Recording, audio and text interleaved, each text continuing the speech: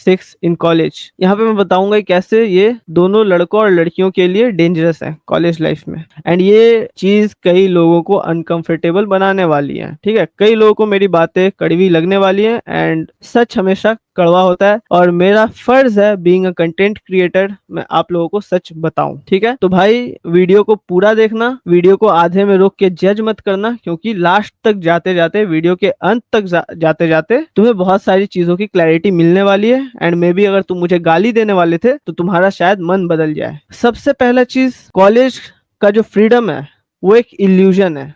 ठीक है, हमें लगता है ना कि हम कॉलेज में चले गए, अब हम आजाद हैं, तो भाई ये तुम्हारा सबसे बड़ा इल्यूजन है, तुम्हारा सबसे बड़ा धोखा है। ठीक है, कॉलेज कॉलेज क्या है? कॉलेज एक ऐसा बिल्डिंग है जहां आते ही सबसे पहला फीलिंग तुम्हें क्या महसूस होता है? आजादी। अब मम्मी पापा की डांट नहीं सुननी पड़ेगी, स्कूल के स्ट्रिक्ट रूल्स नहीं है, कोई बोलने वाला नहीं है कि कब सोना है कब उठना है, क्योंकि कॉलेज लाइफ में भाई माँ बाप भी थोड़ा सा रिस्ट्रिक्शंस हटा देते हैं, माँ बाप भी थोड़ी सी आजादी दे देते हैं, किससे बात करनी है किससे नहीं, कोई रोकने टोकने वाला नहीं है। अपनी दुनिया का किंग बनने का जो फीलिंग है वो तुम्हें महसूस होता है कि भाई मैं तो अपने दुनिया का राजा हूँ, ओए मैं तो पापा हूँ, मैं तो पापा हूँ इस दुनिया का।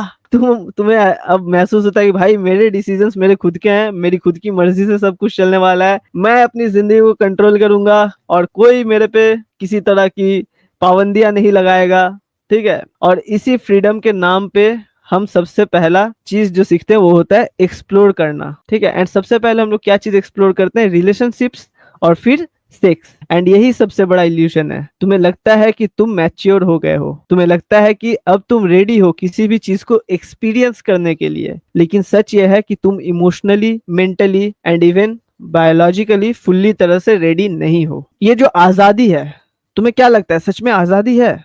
भाई मैं कहूंगा ये आजादी नहीं, सेल्फ डिस्ट्रक्शन है। फ्रीडम के नाम पे हम ऐसे डिसीजंस लेने लगते हैं जिनके कॉन्सिक्वेंसेस हमें शायद उस वक्त समझ भी नहीं आते हैं, या फिर हमारा दिमाग अभी तक उतना डेवलप्ड नहीं है कि हमारे उन डिसीजंस का कॉन्सिक्वेंसेस के बारे में सोच सके। और कॉलेज का एनवायरनमेंट कुछ अलग ही रहता है। कॉलेज में घुसते ही लौंडे पार्टी करना स्टार्ट करते हैं, लौंडे क्या लड़कियां भी, मैं सिर्फ लौंडो क्यों गलत गलत ठहरा हूँ। कॉलेज में घुसते घुसते ही जो यंगस्टर्स हैं पार्टी स्टार्ट करते हैं, हुकअप्स स्टार्ट करते हैं, दोस्तों का प्रेशर एक अलग रहता है। एंड मैं तुमसे एक चीज पूछना चाहता हूँ, क्या तुम्हें किसी ने नहीं बताया कि हर रैंडम रिलेशनशिप, हर कैजुअल हुकअप तुम्हारी इमोशनल वायरिंग को डैमेज कर रहा है? नहीं बताया क्या? किसी सोशल मीडिया इन्फ्लुएंसर ने नहीं बताया क्या तुम्हें कि तुम जब भी किसी के साथ हुकअप करोगे तो तुम्हारा जो इमोशनल कनेक्शन बनाने की कैपेसिटी वो खराब होगी, तुम्हारी सेल्फ रिस्पेक्ट कहीं ना कहीं मरते जाएगी अंदर ही अंदर? शायद किसी ने नहीं बताया होगा, कोई बात नहीं, मैं बता दूंगा तुम्हें। और सबसे बड़ा मजाक पता है क्या है? जिस फ्रीडम को तुम सेलिब्रेट कर रहे हो ना कि मैं आजाद हूं, मैं आजाद हूं, वही फ्रीडम तुम्हें अपने एडिक्शन का गुलाम बना देगा। ठीक है, एडिक्शन किस चीज का? Addiction of validation, addiction of lust and addiction of distraction. ये चीजें तुम्हें अपनी गुलाम बनाने वाली हैं। कभी तुमने सोचा है कि रियल फ्रीडम क्या होती है? जब तुम अपने इमोशंस को कंट्रोल करने लगते हो, जब तुम अपने हार्मोन्स के गुलाम नहीं रहते, जब तुम अपने लॉन्ग टर्म गोल्स को शॉर्ट टर्म डिजायर्स के वजह से खत्म नहीं करते। और ये रियल फ्रीडम तब मिलती है जब तुम अपने आप को संभालने लगते हो एंड डिसिप्लिन बनाते हो, जब तुम समझ जाते हो कि कॉलेज का असली मकसद सिर्फ मस्ती नहीं है। लोग क्या सोचते हैं कॉलेज में जाते हैं कि अब तो हम कॉलेज में आ गए हैं, अब जी भर के मस्ती करेंगे। नहीं, कॉलेज का रियल मीनिंग सिर्फ मस्ती नहीं है। मस्ती करना चाहिए, दोस्तों के साथ मस्ती करना बुरी बात नहीं है, पर एक लिमिट होती है हर चीज की। ठीक है, एंड सिर्फ मस्ती ही करना है ये तुम्हारा अप्रोच नहीं होना चाहिए।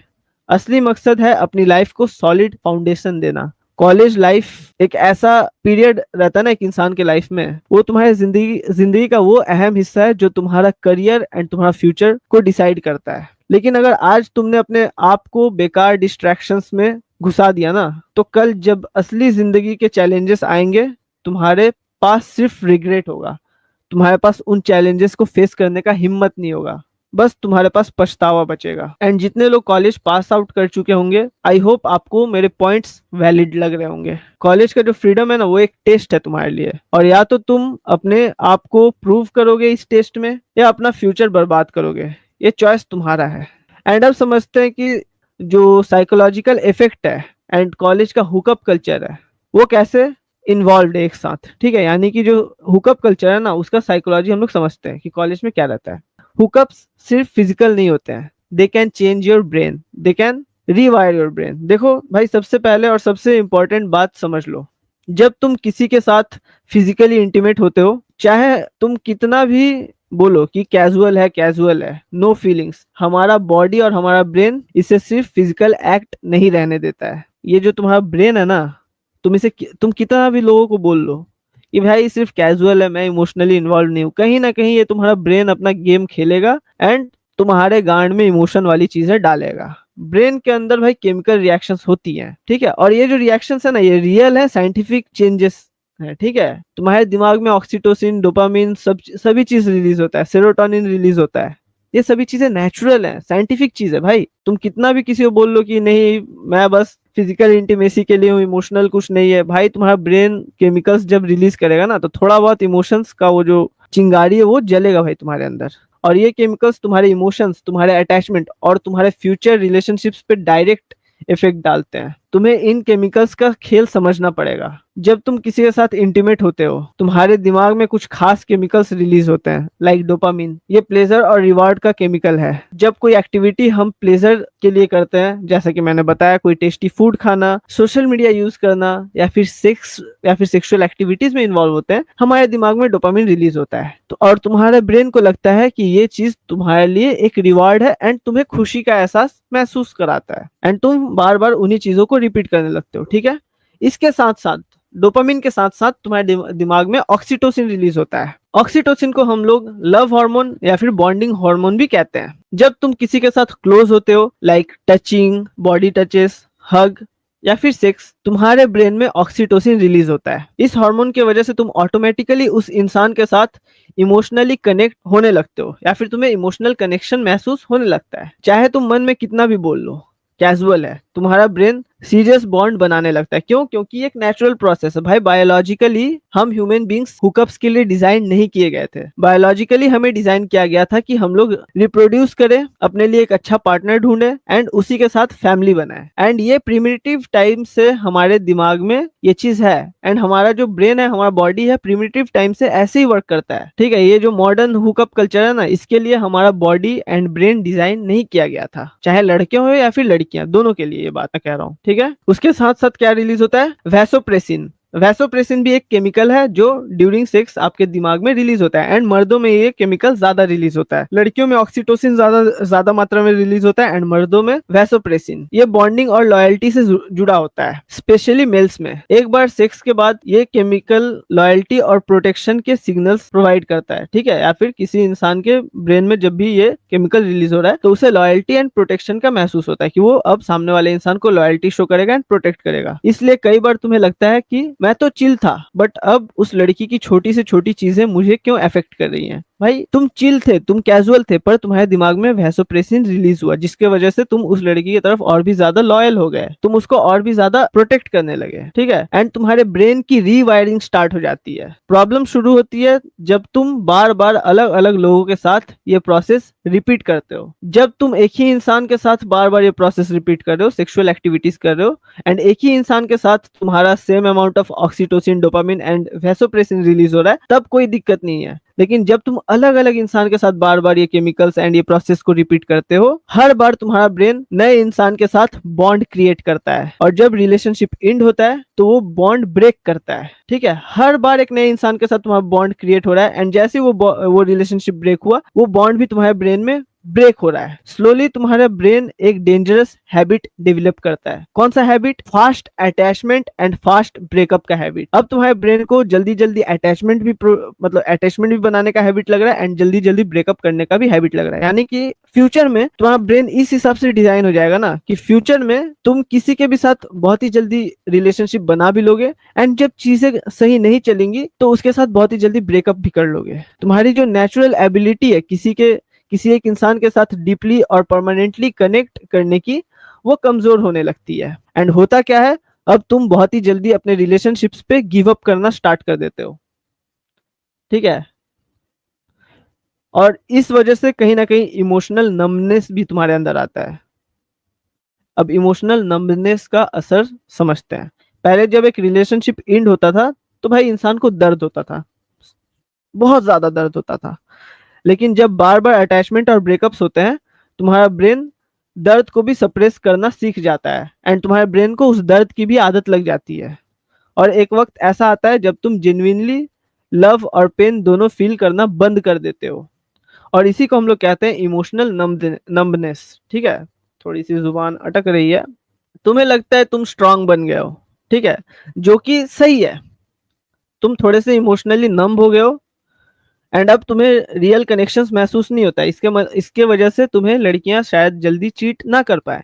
लेकिन जब तुम्हारे लाइफ में एक ऐसा फेज आएगा ना, जब तुम किसी अच्छी लड़की के साथ, एक फेमिनिन लड़की के साथ रियल बॉन्ड बनाने की कोशिश करोगे, तब तुम वो बॉन्ड बना नहीं पाओगे। जब बात आएगी रियल बॉन्ड बनाने की, तुम वहां पे फेल कर जाओगे। तुम्हारे अंदर एक टाइम के बाद बहुत ही ज्यादा ट्रस्ट इश्यूज एंड फियर भी आ जाएगा, डर भी आ जाएगा।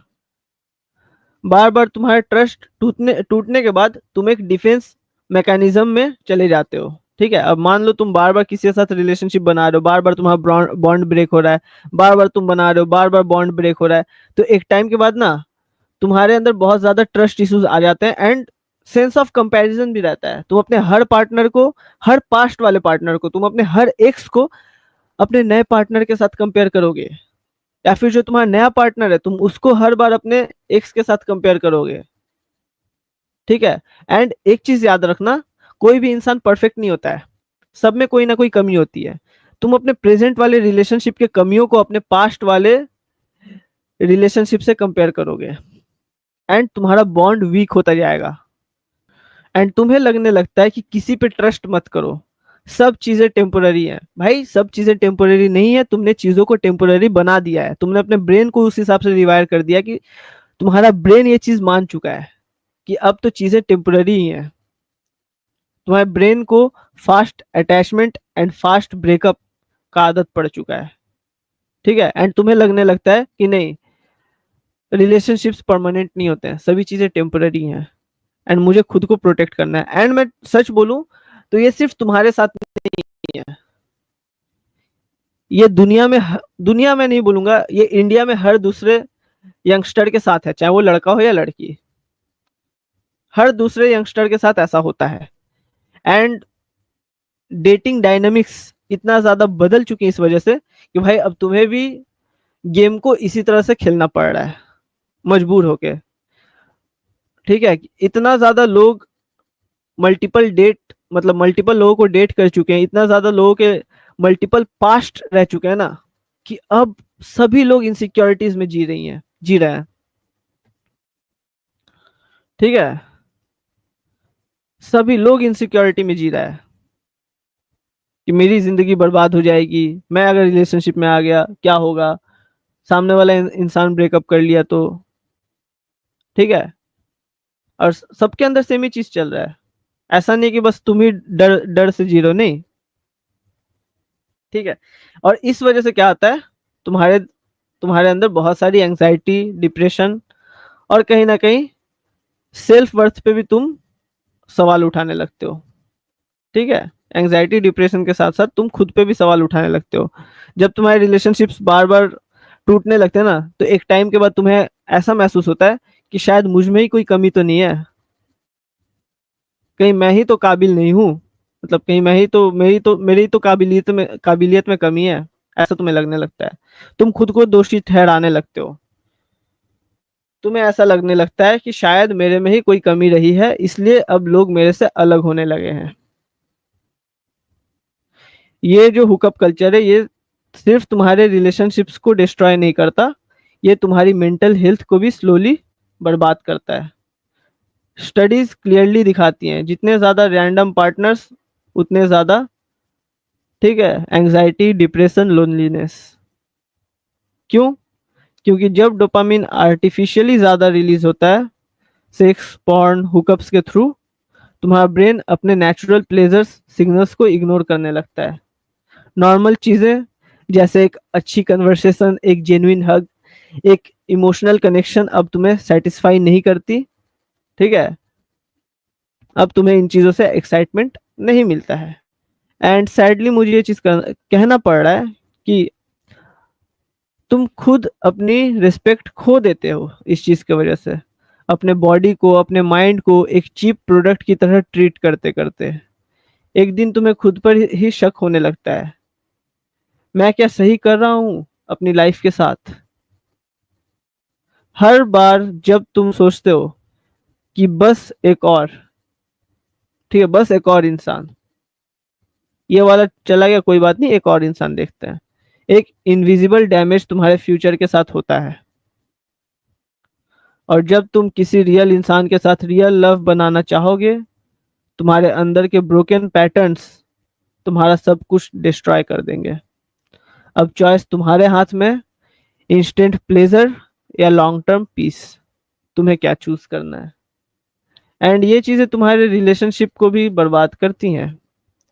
जो तुम्हारा कॉलेज लाइफ में जो तुम होता ना, जो तुम्हारा कॉलेज सेक्स है, ठीक, तुम्हारे हुकअप्स हैं, तुम्हारा फ्लिंग कल्चर या हुकअप कल्चर है, ये सभी चीजें तुम्हारे रिलेशनशिप को भी बर्बाद करती हैं। या फिर तुम्हारा फ्यूचर में कोई मैरिड लाइफ भी हुआ ना, उसे भी ये चीजें बर्बाद कर देंगी।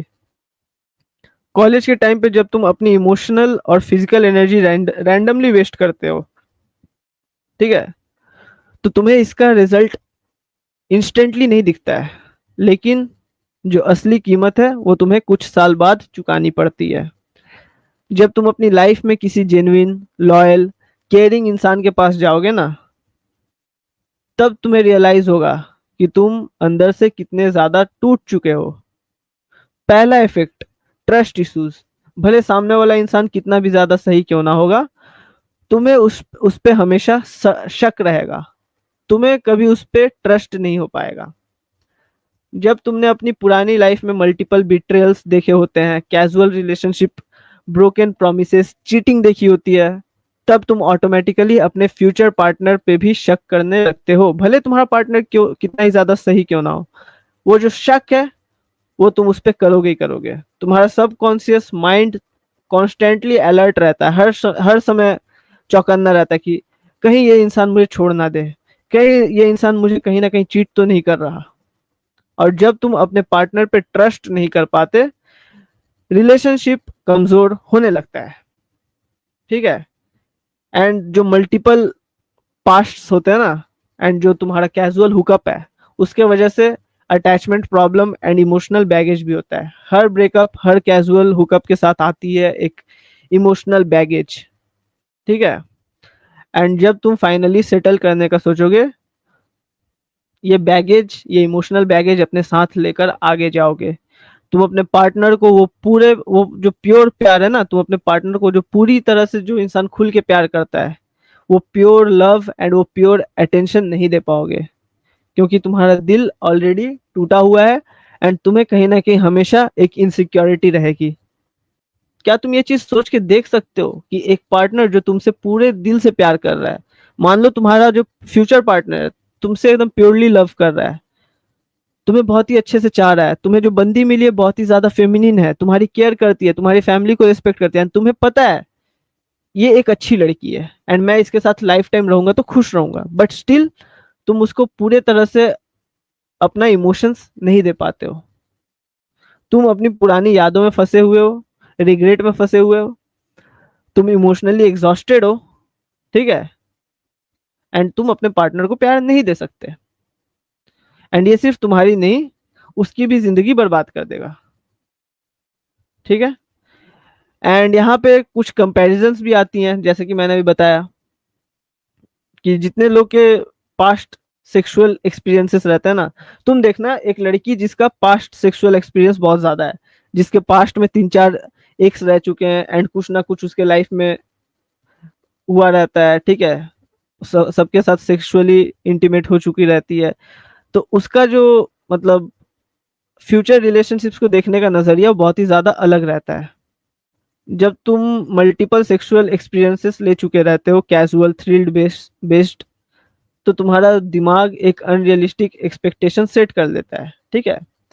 एंड तुम हमेशा क्या करोगे, अपने प्रेजेंट रिलेशनशिप को, अपने प्रेजेंट पार्टनर को पास्ट वाले से कंपेयर करोगे, ठीक है। अरे रवि का तो इतना बड़ा था, साहिल तुम्हारा क्यों छोटा रह गया। पता है लड़कियां कहीं ना कहीं अपने ग्रुप में ये सभी चीजें डिस्कस भी करती हैं। ठीक है, जो लड़कियों का होता है ना ओपन माइंडेड ग्रुप, वो डिस्कस करती हैं ये चीजें कि अरे ये जो प्रेजेंट वाला है ना उतना अच्छा नहीं है, रवि के पास अच्छी गाड़ी थी, ये जो प्रेजेंट वाला है ना उतना अच्छा नहीं है, प्रभात के पास बहुत ज्यादा पैसा था, ये जो प्रेजेंट वाला है ना उतना अच्छा नहीं है, साहिल मेरे लिए कुकिंग करता था, वो अच्छी अच्छी खाना बना के लाता था। वो कंपैरिजन चलता रहेगा। तुम कंटिन्यूअसली सबकॉन्शियस माइंड में अपने फ्यूचर पार्टनर को कंपेयर करते रहोगे। ठीक है, और लड़के भी कंपैरिजन करते हैं, सिर्फ लड़कियां नहीं, लड़के भी सोचते हैं वो वाली लड़की ज्यादा पैशनेट थी, वो वाला लड़का ज्यादा एडवेंचरस था, ये प्रेजेंट वाले में वो एक्साइटमेंट नहीं है। ठीक है, एंड इस कंपैरिजन की वजह से तुम हमेशा अनसेटिस्फाइड रहोगे। तुम खुद सोचो, जो रिश्ता प्यार लॉयल्टी और रिस्पेक्ट पे बिल्ड होना चाहिए, उसमें अगर कांस्टेंट कंपैरिजन और डिससेटिस्फैक्शन घुस गया तो वो कितना दिन चलेगा। ठीक है, एंड कई बार ये जो मॉडर्न जो वर्ल्ड है ना, इसमें इसी वजह से डिवोर्स रेट्स बढ़ गए हैं, शादियां टूट रही हैं। इस वजह से आज के टाइम में डिवोर्स रेट क्यों इतना बढ़ गया है, लोग क्यों इमोशनली इमेच्योर हो चुके हैं। एक मेजर रीजन ये है कि लोग कमिटमेंट के लिए तैयार ही नहीं है। इतना ज्यादा लोग क्विक प्लेजर्स, कैजुअल चीजों में अपना जिंदगी बर्बाद कर चुके थे एक टाइम पे ठीक है, कि अब वो परमानेंट कमिटमेंट ही नहीं दे पा रहे हैं। उनके अंदर इतना ज्यादा इमोशनल बैगेज है, सेक्सुअल बैगेज है अपने पास्ट को लेकर, कि अब वो किसी और के साथ फ्यूचर में लॉन्ग टर्म रिलेशनशिप देख ही नहीं पा रहे हैं। ठीक है, वो लॉन्ग टर्म इमोशनल रिलेशनशिप देख नहीं पा रहे हैं।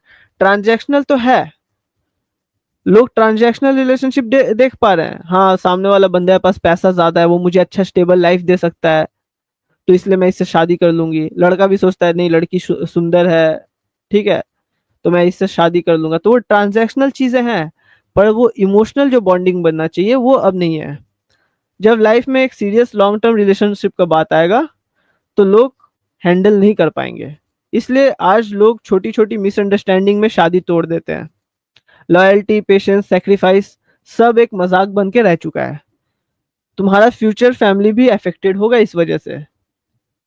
ठीक है, सबसे बड़ा साइड इफेक्ट है कि जब तुम इमोशनली अनस्टेबल हो, ठीक है, एंड तुम्हारे अंदर इतना ज्यादा ट्रस्ट इश्यूज है और तुम अनसेटिस्फाइड हो, तो ये तुम्हारे मैरिड लाइफ को बर्बाद कर देगा। तुम एक दिन जब अपने बच्चों की तरफ देखोगे तो तुम्हें रियलाइज होगा कि तुमने सिर्फ अपना नहीं उनका भी फ्यूचर के साथ कॉम्प्रोमाइज किया है।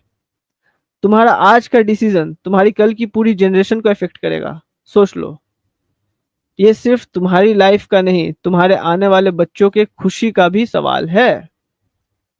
ठीक है, तो ये जो कॉलेज का 2-3 साल की जो गलती है, तुम्हारी कॉलेज की 2-3 साल की गलती, ये तुम्हारे जिंदगी के 20-30 साल की गांड मार के रख सकता है। ठीक है, तुम्हारे 20-30 साल की शादी, फैमिली, सब कुछ बर्बाद कर सकता है।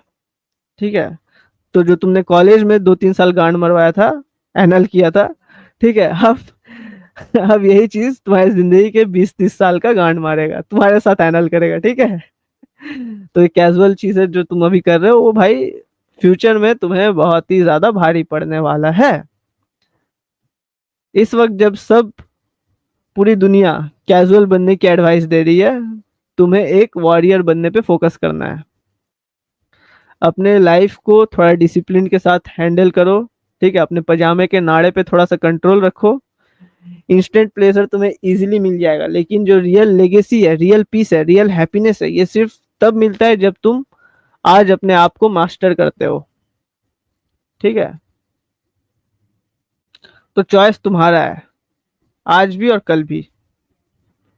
अब मैं किसी को ये नहीं बोल रहा कि भाई तुम्हें सेक्स नहीं करना चाहिए, ये वो, ये तुम्हारी पर्सनल डिसीजन है।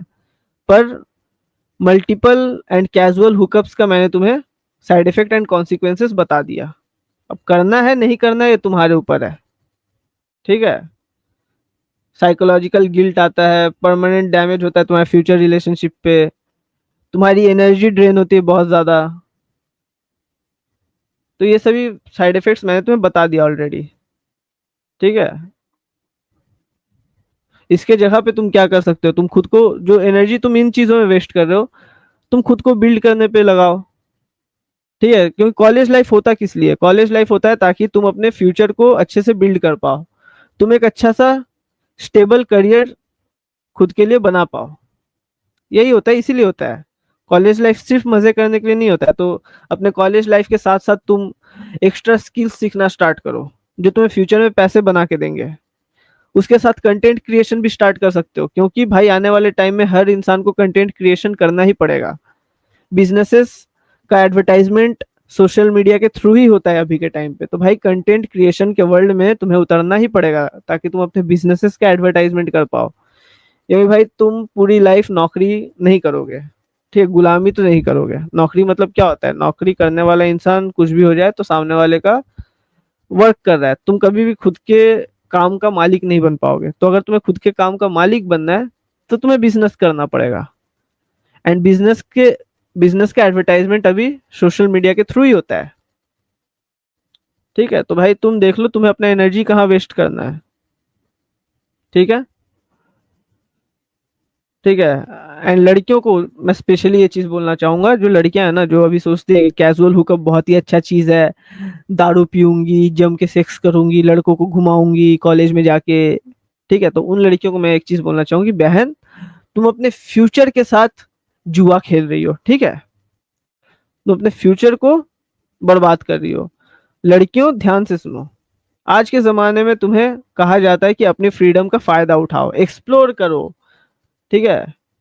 लोग तुम्हें सिखाते हैं कैजुअल रिलेशनशिप्स में कुछ गलत नहीं है, लेकिन मैं तुमसे एक ऑनेस्ट सवाल पूछता हूँ, क्या सच में ये तुम्हारी खुशी के लिए है, या ये एक टेम्पररी इल्यूजन है जो बाद में तुम्हें अंदर से खा जाएगा? बताओ क्या है?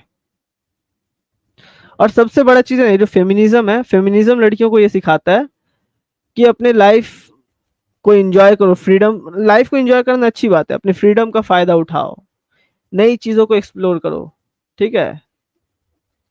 फेमिनिज्म ये सिखाता है, लेकिन लड़कियों, क्या तुम्हें पता है कि ये जो फेमिनिज्म वाला कंसेप्ट है ना, कि अपने लाइफ को एक्सप्लोर करो, कैजुअल चीजों में जाओ, कैजुअल रिलेशनशिप में जाओ, इससे फायदा तुम्हें नहीं, फायदा लड़कों को हो रहा है। जो लड़के कैजुअल चीजों में इंटरेस्टेड हैं, वो तुम्हें इजीली मैनिपुलेट करके तुम्हारे साथ मजे ले ले रहे हैं, ठीक है? तो नुकसान कहीं ना कहीं तुम्हारा है, पर तुम लड़कियों का भी इसमें नुकसान नहीं है, ठीक है? क्योंकि मजे तो तुम भी ले रही हो, और बाद में तुम क्या करती हो, ब्लेम शिफ्ट कर देती हो लड़के पे, कि उसने तो मुझे फोर्स किया था, सर पे क्या बंदूक रख के ले गया था वो?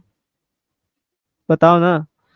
जब बात आती है फ्यूचर में, मतलब खुद को इनोसेंट दिखाने की, तो भाई लड़के पे सारा ब्लेम, उसने फोर्स किया था, उसने कसम दिया था,